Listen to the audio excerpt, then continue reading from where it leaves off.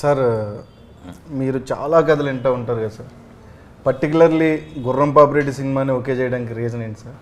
గుర్రం పాపిరెడ్డి సినిమాలో నాకు చాలా ఎక్స్క్లూజివ్ క్యారెక్టర్. అంటే ఈ క్యారెక్టర్స్ అన్నిటితో ఆడుకునే క్యారెక్టరు కొంచెం దాన్ని ఏమంటారు మెయిన్ క్యారెక్టర్ లాంటిది ఆల్మోస్ట్.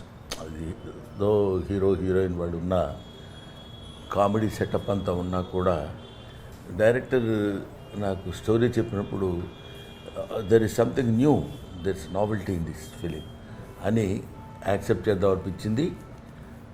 ఊరికి అలా చెప్తున్నాను కానీ సినిమా కూడా చేస్తాం కదా.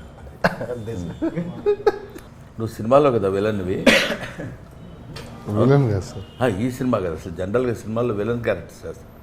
ఇక్కడ ఫ్రీగా ఉండొచ్చు, పెద్ద ప్రాబ్లం లేదు.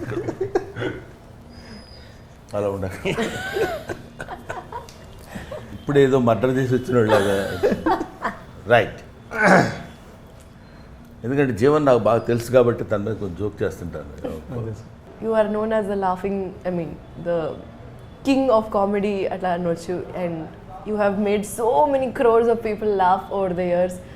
They not just like specific to our language but like everywhere all over the world, right? Ante who is that one person who makes you laugh the most? అదే ఉంటుందండి.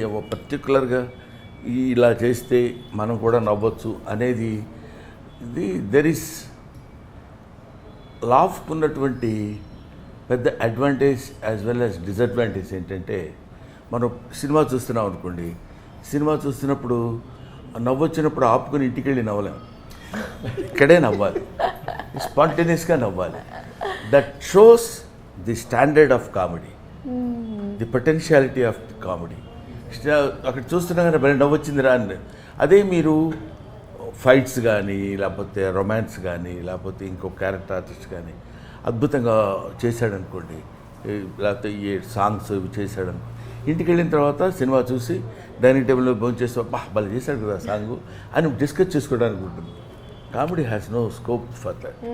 సో మనం ఇంత ఎందుకు సోది చెప్తున్నానంటే, మీరు అడిగిన ప్రశ్నకి ఒక చోట నుంచి మిమ్మల్ని నవ్వించగలిగిన ఎప్పుడు ఎక్కడ నవ్వొచ్చినా నవ్వుతాం.